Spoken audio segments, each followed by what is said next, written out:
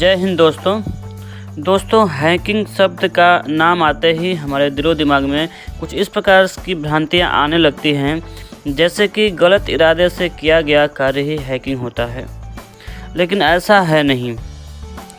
बिहार के बेगूसराय ज़िले के ऋतुराज चौधरी आजकल सोशल मीडिया के काफ़ी चर्चे में हैं, जो IIT मणिपुर के बीटेक के छात्र हैं, जिन्होंने गूगल के एक ऐसे बग को ढूंढा है, बग मीन्स गलती को ढूंढ निकाला है जो गूगल के स्वास्थ्य के लिए सही नहीं था। मतलब कि ब्लैक हैट हैकर की नज़र पड़ने पर गूगल की सिक्योरिटी के साथ छेड़छाड़ हो सकती थी,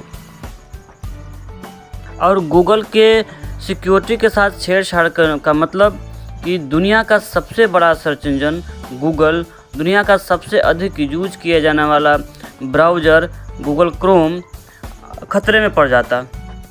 दुनिया भर के बड़े बड़े ऑर्गेनाइजेशनों का सारा रिकॉर्ड गूगल के पास है। हम प्रत्येक व्यक्ति जो भी मोबाइल इस्तेमाल करता है, सबके पास गूगल की ईमेल आईडी बनी हुई है।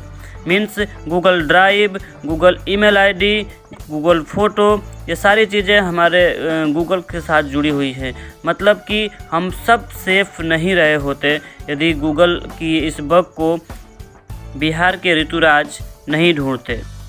इस बग को मिलने के बाद गूगल इस समय अपने सर्च इंजन पे कुछ सुधार कर रहा है तथा गूगल समय समय पर अक्सर बग बाउंटी प्रोग्राम का आयोजन भी करता है, जिसमें दुनिया भर के इंजीनियर्स बग ढूंढकर अच्छा खासा इनाम अपने नाम करते हैं। हैकिंग के कुछ इसी प्रकार के बातों पर आज चर्चा करेंगे। हम जानेंगे कि हैकिंग का विकास कब हुआ, हैकिंग क्या होता है और किस प्रकार के हैकिंग के द्वारा ऋतुराज चौधरी ने ये बग ढूंढा है। तो आइए सुनते हैं ऋतुराज की कहानी उन्हीं के जुबानी एक वीडियो क्लिप के माध्यम से। ड्रीम तो मेरा बहुत पुराना था कि हाँ कभी ना कभी गूगल में तो बग जरूर ढूंढना है बग, लेकिन इतना जल्दी होगा और कब होगा ये पता नहीं। मिलिए ऋतुराज से। मुंगेलीगंज के रहने वाले ऋतुराज ने दुनिया के सबसे बड़े सर्च इंजन गूगल की गलती पकड़ी है, और तो और अपनी गलती को खुद गूगल ने स्वीकार भी किया है। बग हंटिंग बहुत पहले स्टार्ट किए थे, तो गूगल पे हमने आया, हम सोचे चलो गूगल पे 3-4 दिन हमने ट्राई किया, कुछ नहीं मिला। फिर सोचे चलो मिलेगा, लेकिन पेशेंस रखना पड़ेगा, इसके लिए पेशेंस की जरूरी थी। ट्राई कर रहा था, वो एग्जीक्यूट हो गया था। फिर पता चला कि चलो ये लग रहा है कि कुछ बग टाइप का मेरे को मतलब मिला है इसमें। तो फिर हमने अपने भैया को जिनसे हम कनेक्ट, जो हमें गाइड कर रहे हैं, उन्हें भेजा, तो बोले नहीं है लग रहा है कि हाँ बग टाइप का है, इसे गूगल को रिपोर्ट करो। मणिपुर IIT में पढ़ने वाले ऋतुराज बग हंटिंग यानी किसी कमी को पकड़ने का शौक रखते हैं। उनकी इस उपलब्धि के बाद गूगल ने खुद ऋतुराज को अपनी रिसर्चर लिस्ट में शामिल भी किया है। गूगल को ये फायदा हुआ कि उससे एक बग उससे पता चला जो उसे फिक्स करेगी, और आगे मतलब मुझे भी फायदा मिलेगा कि मेरा as a name researcher company में डालिए, और फर्दर मैं कोई भी कंपनी में जाऊँ तो उससे मेरे को भी बेनिफिट मिलेगी, या मैं गूगल में भी जॉब लेना चाहूँ तो मुझे भी कुछ बेनिफिट मिलेगी इस चीज। गूगल अक्सर अपने सर्च इंजन में कमी ढूंढने वालों को इनाम देता है, तो ऐसे में अब ऋतुराज को भी गूगल की ओर से बग ढूंढने पर इनाम दिया जाएगा। ऋतुराज ने अपनी समझदारी से सिर्फ अपना ही नहीं बल्कि पूरे गांव का नाम रोशन किया है। उनके परिजनों के साथ साथ उनके दोस्त, पूरा गांव बहुत खुश है।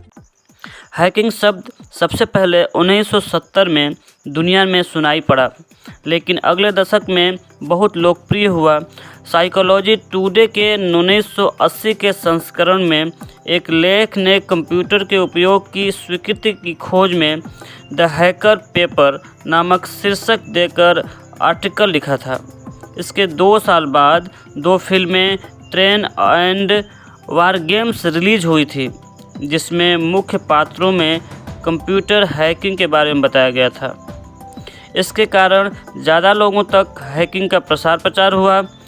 एथिकल हैकिंग इस वाक्य का इस्तेमाल पहली बार 1995 में IBM के उपाध्यक्ष जॉन पैट्रिक द्वारा किया गया था। तो दोस्तों, इस कड़ी में हम ये जान लेते हैं कि हैकिंग कितने प्रकार के होते हैं। Types of hacking. दोस्तों, हैकिंग 3 प्रकार के होते हैं। सबसे पहला होता है ब्लैक हैट हैकर, सेकेंड होता है grey hat hacker and third होता है वाइट हैट हैकर। सबसे पहले हम जानते हैं कि ब्लैक हैट हैकर का क्या उपयोगिता होती है। एक ऐसा हैकर जो गलत इरादे से किसी सिस्टम या नेटवर्क में बिना परमिशन के अनऑथराइज्ड तरीके से एंट्री कर लेता है और सिस्टम के सिक्योरिटी को ख़राब करने की कोशिश करता है या उसके पासवर्ड या सिस्टम से डाटा चुराने का काम करता है। ऐसे हैकर को ब्लैक हैट हैकर कहा जाता है। दूसरे नंबर पर आता है grey hat hacker. Grey hat hacker दोस्तों भी ब्लैक हैट हैकर की तरह इस सिस्टम में को हैक करता है, लेकिन उसका इरादा गलत नहीं होता है। इनका काम सिस्टम या प्रोग्राम के कमियों को पता लगाना और इंटेलिजेंट एजेंसियों को बताना होता है, ताकि इन कमियों का फ़ायदा उठाते हुए ब्लैक हैट हैकर डाटा न चुरा लें या सेध न लगा लें। इन्हीं कमियों को ढूंढना या प्रोग्राम सिस्टम के बग को ढूंढना ग्रे हैट हैकर का काम होता है। अब जानते हैं वाइट हैट हैकर क्या होता है। दोस्तों, वाइट हैट हैकर होते हैं, ये ऑर्गेनाइजेशन के साथ वर्क करके उनके सिस्टम के कार्यप्रणाली को मजबूत बनाते हैं।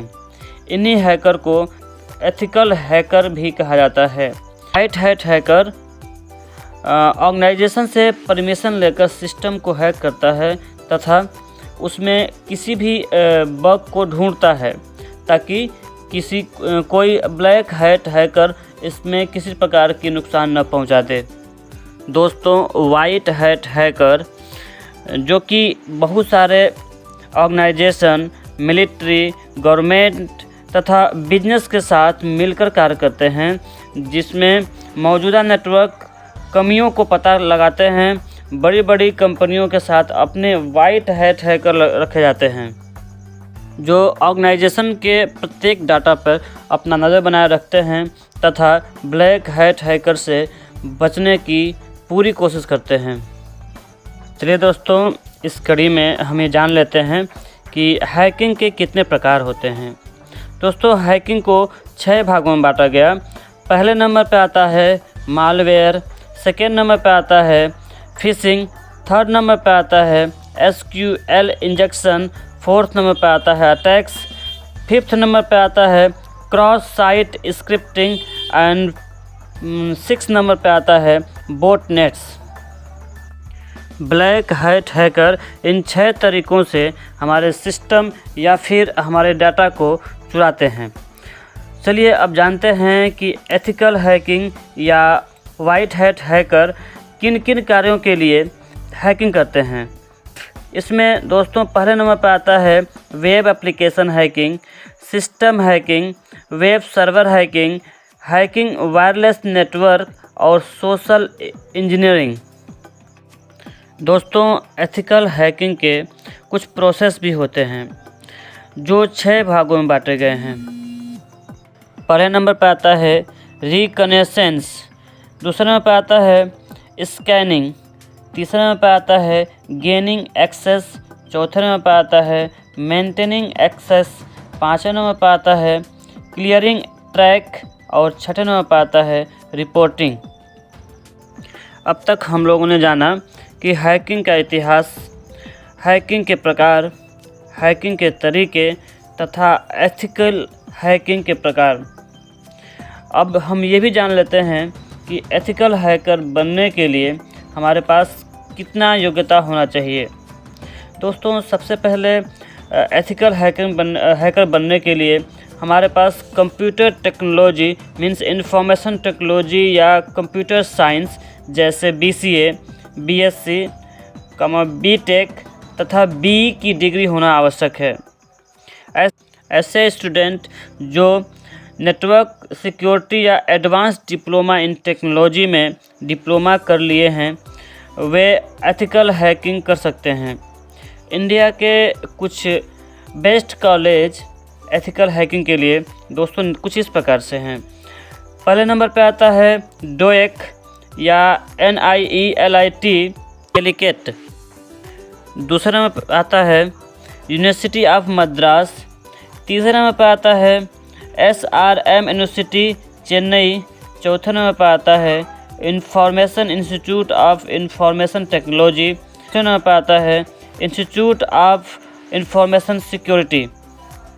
ये टॉप 5 यूनिवर्सिटी हमारे भारत के थे जिनमें हम एथिकल इंजीनियरिंग या एथिकल हैकिंग कर सकते हैं। दोस्तों, स्कोप ऑफ एथिकल हैकिंग में क्या क्या स्कोप हमको मिल सकता है, तो एथिकल हैकिंग में अब स्पीड और बढ़ता चला जाएगा। मीन्स जैसे जैसे सिक्योरिटी, जैसे जैसे टेक्नोलॉजी बढ़ती चली जाएगी, वैसे वैसे हैकिंग के क्षेत्र में भी इजाफा होता चला जाएगा। इसलिए आने वाला फ्यूचर हमारा हैकिंग के लिए बहुत ही लाभकारी होगा। इस नंबर पे सबसे पहले government organization, financial institution, famous कंपनियों में एथिकल हैकिंग की वैकेंसियाँ अक्सर आएंगी या अभी भी हैं। अतः फ्यूचर में एथिकल हैकिंग करना हमारे लिए लाभकारी सिद्ध होगा। ये थे हैकिंग और हैकर से जुड़ी हुई कुछ इम्पोर्टेंट बातें। दोस्तों, देखते रहिए राजू IT रिसर्च। हम समय समय पर IT से जुड़े हुए इसी तरह के कुछ मज़ेदार चीज़ें आपके लिए लाते रहेंगे। धन्यवाद।